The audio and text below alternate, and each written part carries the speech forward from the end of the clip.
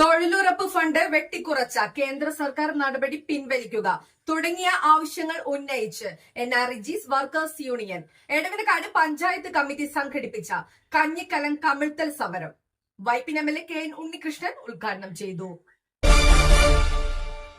This news brought to you by ആണിഹാരി. എത്ര പഴകിയ ആണിരോഗവും നിശേഷം മാറ്റി സുഖപ്പെടുത്തുന്നു.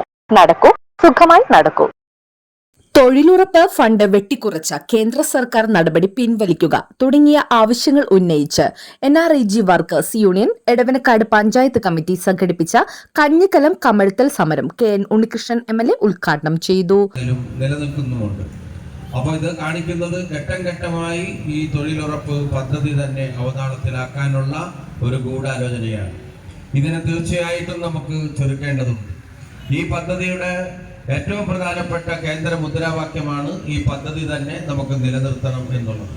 ബാക്കി ഇതുമായി ബന്ധപ്പെട്ട് ഈ തൊഴിൽ മേഖലയുമായി ബന്ധപ്പെട്ട് ധാരാളം പ്രശ്നങ്ങൾ കൊണ്ട് നമുക്ക് ആവശ്യമായിട്ടുള്ള കാലുറകൾ, കയ്യുറകൾ, അതുപോലെ നമുക്ക് അപകടങ്ങൾ വരാതിരിക്കുന്നതിന് വേണ്ടിയിട്ടുള്ള ഫസ്റ്റ് എയ്ഡുകൾ, ഇതെല്ലാം അതിൻ്റെ കുറവുകളെല്ലാം ഉണ്ട്. അതെല്ലാം ഈ കേന്ദ്രത്തിൽ നിന്നുള്ള സഹായം നമുക്ക് ലഭിക്കാത്തതിൻ്റെ ഒക്കെ ഭാഗമായി സംഭവിക്കുന്ന കാര്യങ്ങളാണ്.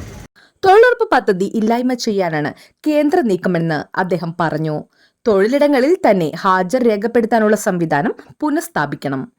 പാവപ്പെട്ട തൊഴിലുറപ്പ് തൊഴിലാളികളെ ആരൊക്കെ നിഷ്കരണം തള്ളിക്കളയാൻ ശ്രമിച്ചാലും കേരളത്തിലെ ജനപക്ഷം അതൊക്കെ തള്ളിക്കളയും. എന്തുവില നൽകിയും അവരെ സംരക്ഷിക്കും. പിണറായി സർക്കാർ തൊഴിലുറപ്പുകാർക്കായി ഏതറ്റം വരെയും നിലപാടെടുക്കും. ഈ നീക്കത്തിന്റെ ഭാഗമാണ് നവംബർ 1 അതിദരിദ്രരില്ലാത്ത സംസ്ഥാനമെന്ന കേരളത്തിന്റെ പ്രഖ്യാപനമെന്നും MLA വ്യക്തമാക്കി. കൂലി കുടിശ്ശികയില്ലാതെ നൽകുക, അശാസ്ത്രീയ NNM ജിയോ ടാഗിംഗ് സംവിധാനം പിൻവലിക്കുക, തൊഴിൽ സമയം 9 മുതൽ 4 വരെ ആക്കുക, കൂലി 600 രൂപയായി വർദ്ധിപ്പിക്കുക, തൊഴിൽ ദിനങ്ങൾ 200 ആക്കി വർദ്ധിപ്പിക്കുക തുടങ്ങിയ ആവശ്യങ്ങളും സമരക്കാർ ഉന്നയിച്ചു. KJ ആൽബി അധ്യക്ഷനായി.